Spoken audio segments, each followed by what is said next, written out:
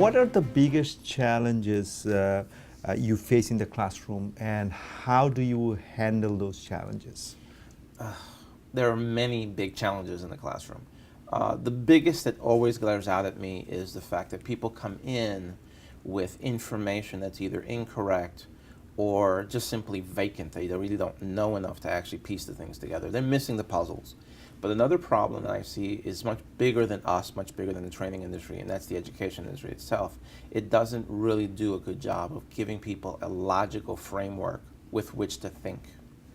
And quite frankly, in technology, you need to think clearly. If you're putting in an aspect of technology that doesn't exist or is wrong, then suddenly what happens is you basically have an incorrect configuration of a computer, or something just isn't working right. And that is where the biggest problem is, especially when we do hands-on. People putting things together and putting them in the right order, some of them putting in the wrong order, and they wonder why it doesn't work in the wrong order.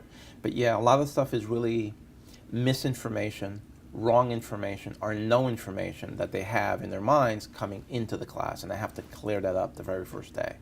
And I usually do that by simply letting them know that it's not just about computers anymore. It's about fixing the MRI machine in your local hospital. It's about fixing your car, which is not completely computerized.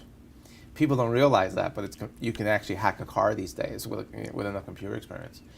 It's fixing the elevator in the building.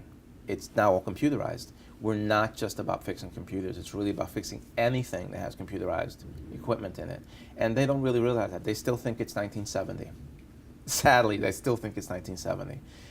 Some of them still think you use a floppy.